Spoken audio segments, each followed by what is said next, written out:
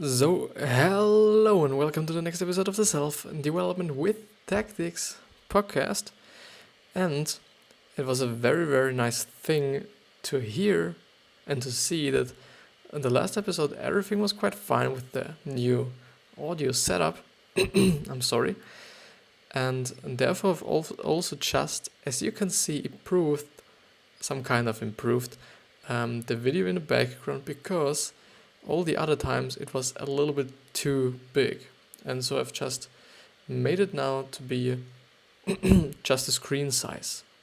And I hope that it will be fine like this. But nevertheless, we are going to talk about an article on the success.com website, which is called Achieving Success Comes Down to One Thing, Connecting with People. And that this title was actually the reason why I took this article, because it reminded me really on something that was written down in the How to Win Friends and Influence People, book from Dale Carnegie, which is that knowing people and being able to connect with people and work with people is much much more important than actually having skills in that area of your life or your job. So, maybe someone isn't as good but got the job because he can connect with people and talk with people and deal with people.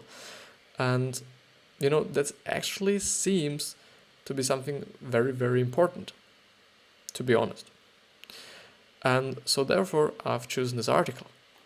And I'll think we'll go straight into it. And I've just looked if the camera setup is synchronized with me speaking, because the last episode it was a little bit disappointing, maybe, because sometimes when I speak pretty fast, it doesn't get it really. So even these things, maybe I'll get that fixed, but you can see me, and there may be undertitles from YouTube and so on. And if you're on the podcast, it doesn't care you at all. But let's see what they say. Everyone finds success differently, whenever it's by pulling bootstraps a little tighter or knowing the right people at the right time. In my case, I found success only after doing something I typically dread: networking.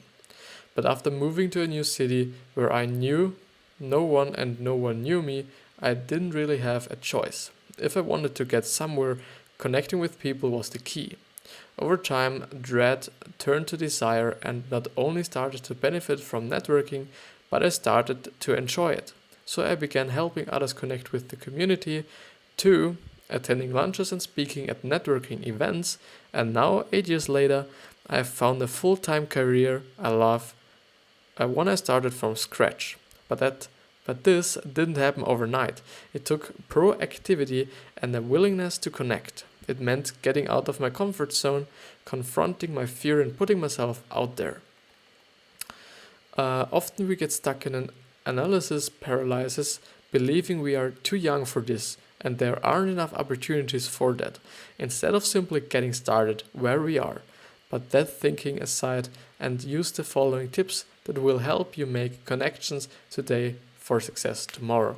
And it's actually, I have to talk about as well, because we are actually in a time and era where we have, the ability to create a real business and, build a real business after work, just like now, and just like maybe I'm right now doing.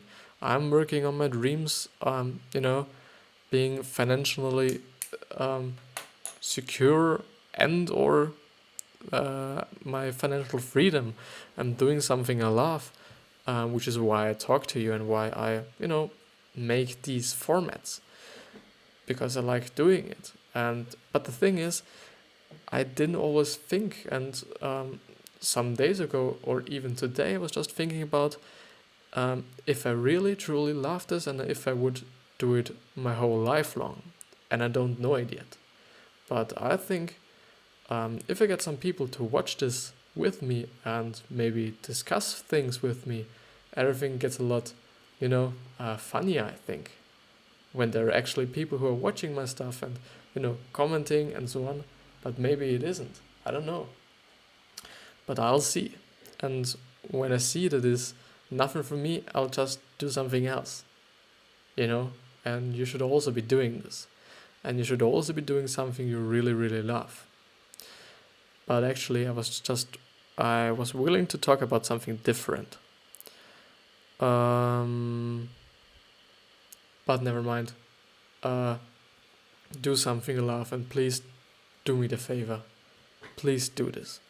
You work 1/3, I think it was 1/3 of your life, or 3/4 of your life you spend working, and so you should really be doing something you love and you care about and is actually giving you something, giving you a challenge, and so on, because everything else will just drown yourself, some kind of. But let's look at the first point. Be curious. You'll find all types of people this way. Curiosity is one of the first few points Dale Carnegie advised you to do on his book How to Win Friends and Influence People, is to be generally curious. When you're talking to someone when you're having a conversation with someone, and you should therefore be the one who asks questions and not answering them. And so you just get to know the other person, and the thing is, I've talked about it often, and therefore I'll read what they say. Maybe it's just something different or something more valuable and or deep than I will talk about. I think people struggle to reach their true potential because they are quick to make comparisons, and comparison is the thief of joy after all.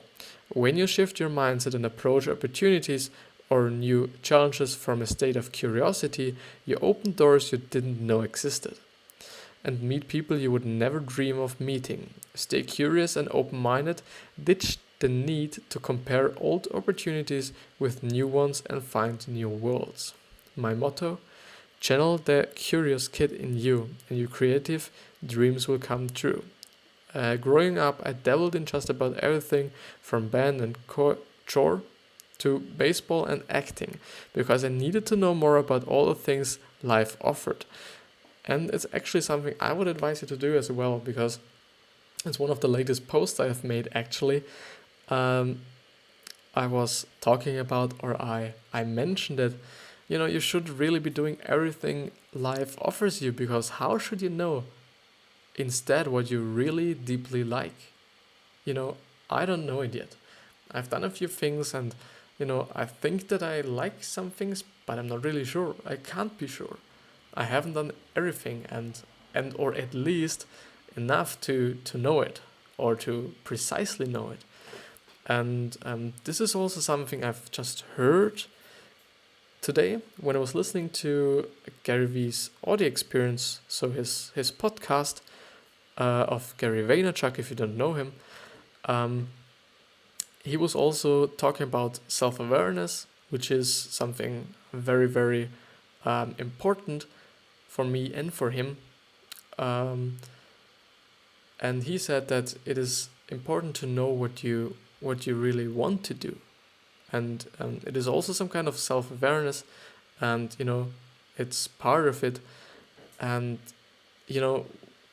you can't do something you don't like your whole life long. And so knowing what you really like is important. But let's see. This increased my energy, fueled my creativity, and had long-lasting effects on my emotional well-being.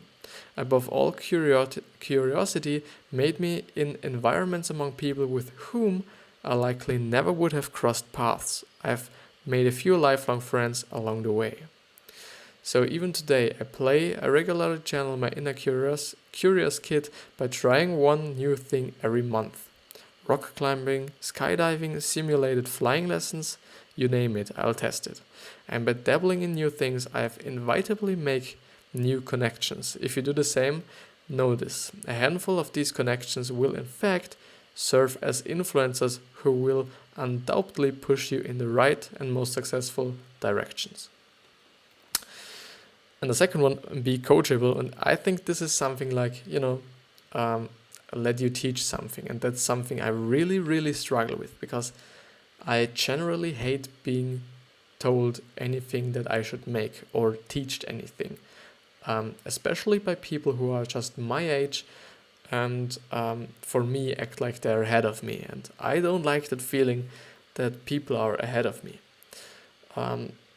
In terms of my teachers, it's okay, because I think, they're just older than me, and I kind of know, I think that there is something behind what they are saying, and that there is something truthful behind what they are saying. But let's actually see what the article says.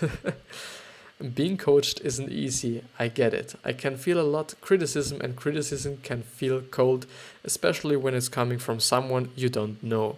But when you're coachable, it can be the very thing that leads you to your next opportunity. You don't always have to agree, but if you're merely open to learning, coachability will take you a long way.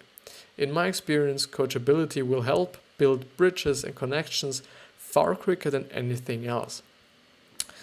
In terms of criticism, I'm not sure, because I always talk about getting real criticism that I can work with. But at the moments when I get criticism, I'm just a little bit pissed. And I don't know how I should work on it. I hope I figured it out. I will figure it out. Actually. Or hopefully, actually. But it's really something I struggle with, or kind of struggle with. But let's see what he also says. I learned to be coachable in my time as an 8th grade science teacher. If it has to be said, 8th graders have no filter and everything is fair game. Your teaching methods, your clothes, the booger in your nose during allergy seasons, all of it. After 2 years of daily feedback or criticism, however you prefer to look at it, I had to choose between feeling insecure by their comments or discovering how they made me coachable. By seeking coachability opportunities like teaching, I've met some amazing people who are now mentors and mentees and constantly help move me forward. Coachability comes with practice. Additionally, it involves getting to the root of your fears. Are you afraid of being wrong? I might be. I really don't like being wrong, especially when I know I'm right, I think. I'm not sure. Or losing control. I lose control very often, especially actually. For me, it was fear of vulnerability, so I made it a point to let my guard down as a teacher. For instance, in class I would share anecdotes about me that made me feel vulnerable, thereby leaving me open to feedback, warranted or not, but also helping me buck up and mold the person I wanted to be. That's really something to admit. It's doing something like this, just being vulnerable, and just getting this feedback, even though it's from people that are just often only criticizing you for some shit, is very tough. And he can be very proud of him, really. It's just, nobody would do this, I think. Just very rare people. But I see the point of doing this, because I think you can really get something out of it. The third one, be willing to connect. Fact, no one likes to network, and I mean no one. Most often, it's because it feels purely transactional and even superficial.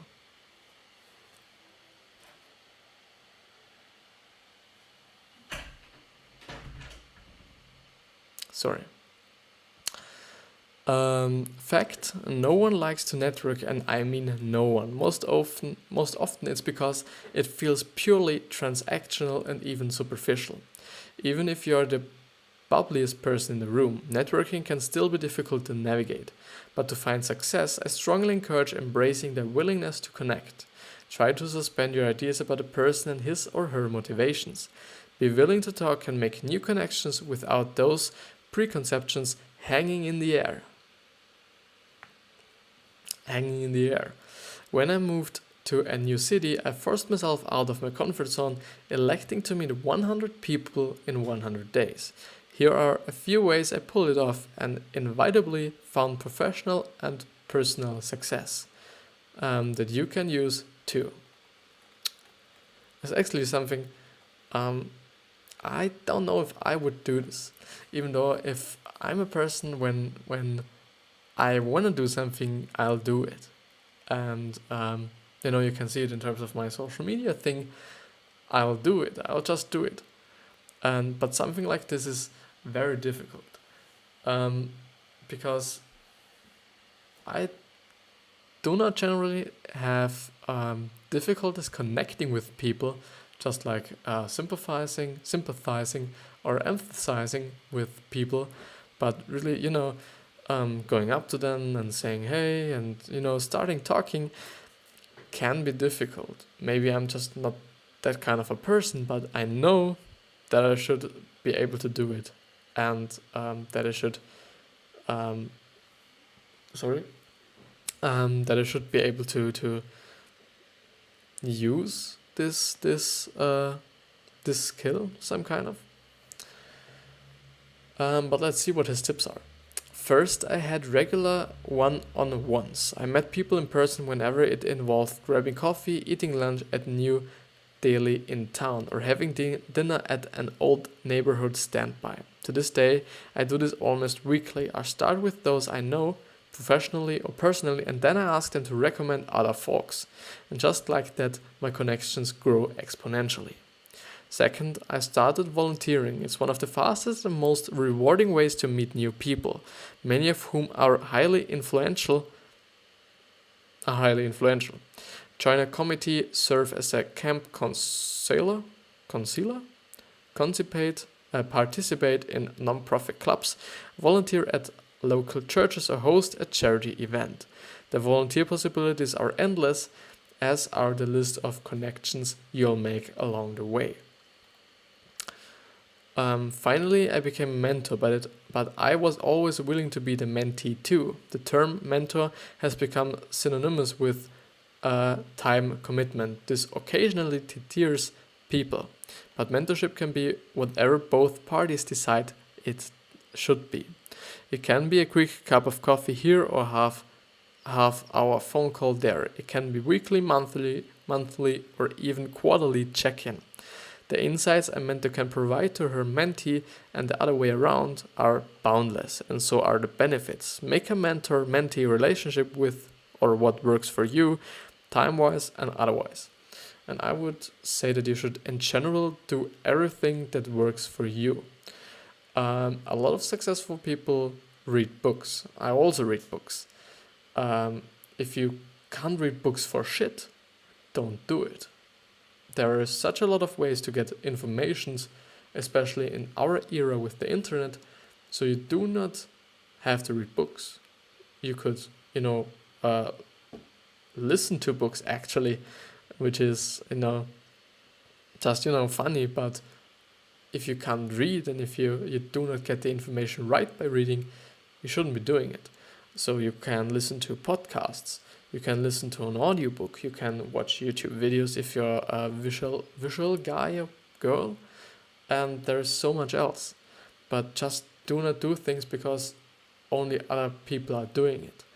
The thing is, and I've talked of this before, is that, when there are a lot of famous or successful or entrepreneurial people who are reading books, there might be something behind it that's valuable, for the big group of people. But when it's not for you, just don't do it.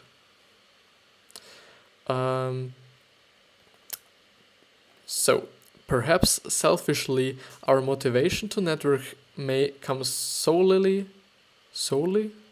from the desire to be successful. But remember, others out there are going after it to see or to after it too. So help them find connections. Be the person who introduces Evelyn to Jamie, because you know an unbelievable partnership can flourish. It benefits you too. They'll remember you for it, and a relationship with them will bloom as well. Which is a nice thing from them or of them to point out, because I think you should always help if you know that you can help. Just always do it. If it in terms of public, even though often I see, elder people who are, have a struggle with something, and I'm like, should I help them? And it's some kind of inner struggle for me, and often at the end I just end up doing nothing, which is a pity, and it fucks me some kind of. But just try to help people. Try to be the kind one. Being the bad boy and some shit like this, I think is complete bullshit, because why? It doesn't bring you anywhere. And if this girl likes bad boys, fuck her. Or just be the person you are. And, you will achieve what you want by being kind in the long run. And it's also something Gary Vee, and I'm sorry for just, always talking about him, some kind of. He mentioned that you should be very kind, because in the long term you will succeed, and even though in the short term you will maybe succeed by being a shitty person, like lying and doing dumb shit like this, but as I said, in the long run it won't get you anywhere. And I think that's actually it for this episode. It's a little smaller, shorter episode, but I hope that you got something out of it. And thank you very much for listening. I'm your host Christopher, and I'm a 17-year-old graphic design student from Austria, because I always forget to say it. If there are any questions or anything you want to talk about to me, all the social media links are in the description. And so if you want to join me or want to talk to me, or see what I'm posting on my social media platforms, just head into the description of the podcast either, or the YouTube description. There should be all links for everything that might be interesting for you. And for there, I'll have to say goodbye, and I'll hope you a really nice day and or Christmas time, because it's actually the 23rd of December. And yeah, I wish you a nice day.